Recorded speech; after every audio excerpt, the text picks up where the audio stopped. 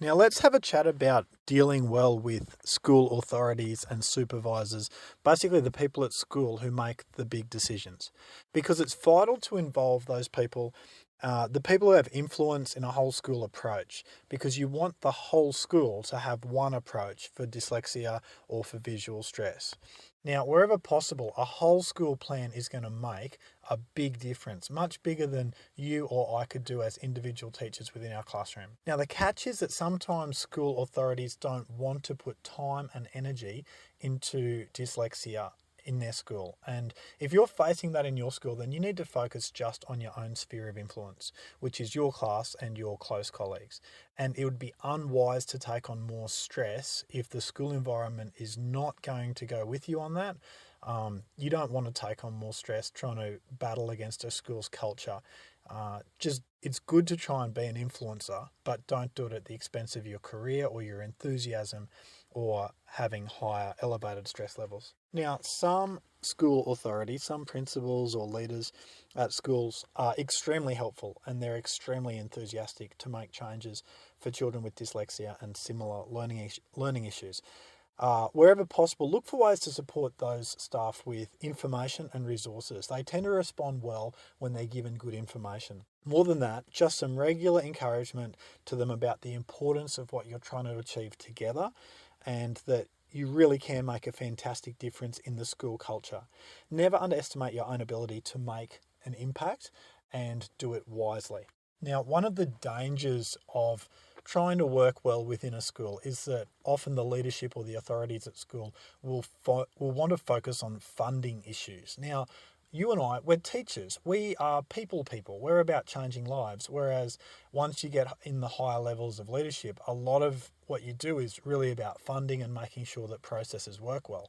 So often school authorities will accidentally create an environment where creating paperwork about children with dyslexia becomes prioritized over putting effective strategies in place to help. And often with really good intentions and trying to chase extra funding, we get stuck sending kids away to psychologists or people outside the school, or we stick them on a waiting list for something internal.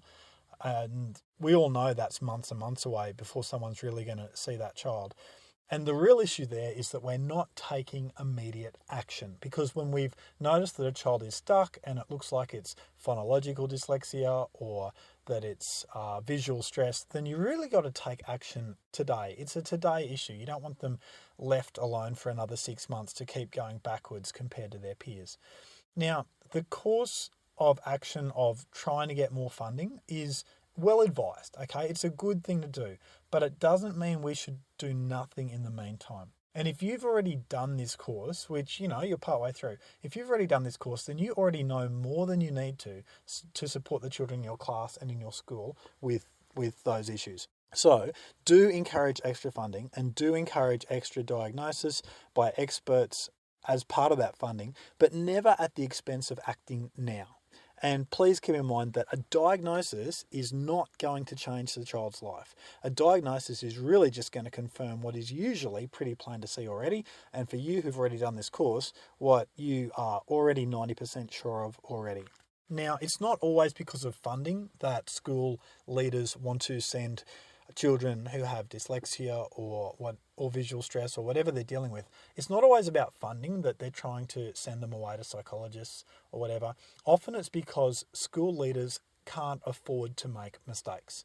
Okay, so once you get up into the leadership levels at school, you can't afford to be the person who made some big errors, because it's bad for your career, it's bad for the school reputation, it's just bad for everyone. So what happens is that school leaders, they often don't want to be held accountable for making mistakes. And that's what's part of this current trend towards sending our children who desperately need our help away to other experts like educational psychologists or whoever. Part of it is that we don't want to be the ones who made mistakes, and probably your school leadership thinks like that. So how do you get around this? Well, you can't really change that mindset. It's going to be there. What you can do is demonstrate to the school leadership why you are certain that the child is dealing with whatever they're dealing with, and demonstrating to that school leadership what the next steps are. Because if the school leaders know that you have a thorough basis for making the call you've made, making the decisions you've made, for having some sort of a diagnosis. And if they understand that you know exactly what you're doing when you're saying, here are the next steps and here's why these will work, then the school leaders don't feel like they're taking a risk, and they will feel more likely confident to continue helping the child within the school, while, sending them away to an expert outside the school, it's not going to do any harm, hopefully. But you just don't want that happening at the expense of action now. So it's all about motivating school leaders to act now. So now I'm going to share with you a real life example of where a school got it really badly wrong in this area, and it's cost that child terribly. Okay, that child is just socially going backwards. That child is just struggling. And really it comes down to a poorly handled situation that could have been avoided. And if that child was in your class and you'd done this course, this situation just wouldn't have happened. Now, here's an example. A couple of months ago, I was at a school where I'm fairly well known, and one of the casual teachers, I do a lot of casual teaching all around my area because I only want to work about a day or so a week, so I do casual teaching. And at schools where I'm not well known, I keep fairly quiet about dyslexia. But at some schools where I'm quite well known, I'm fairly forthright in my opinions, and I'm taken fairly seriously, which is great. But at this school, I'm well known, and one of the executive teachers brought me a student who had gone through all the paperwork hurdles that you need to go through to get funding. And that school had spent about $20,000 on this child in terms of extra teaching staff time for this child. But that child had actually made no noticeable progress. Now, here's an example of they've done what they had to do. They've got the expert reports happening.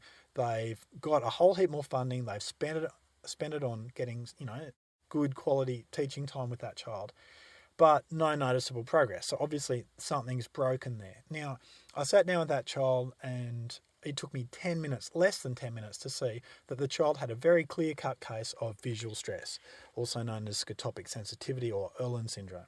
10 minutes is all it took me to pick that out. Now, as soon as the text was on blue paper, the child was astounded because the child was seeing that the words would stay still. And suddenly this child, who was miles behind in their reading ability, this young man was able to read, and read a whole lot more easily than he'd probably ever read in his life.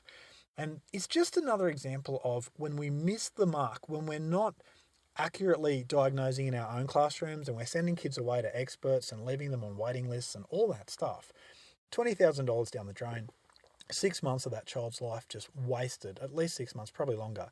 And the real thing is that if that school had people who were confident to just have a look, is it Irlen syndrome, also known as scotopic sensitivity or visual stress? Is it phonological dyslexia? What is it? What steps will we put in place?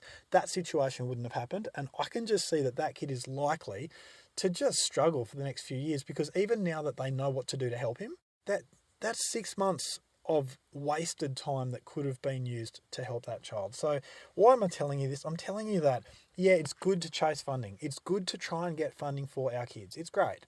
But don't think that's going to be the solution, because if $20,000 couldn't turn this child around without an accurate diagnosis of what's actually the root cause of the problem, then it's not going to be different for other kids.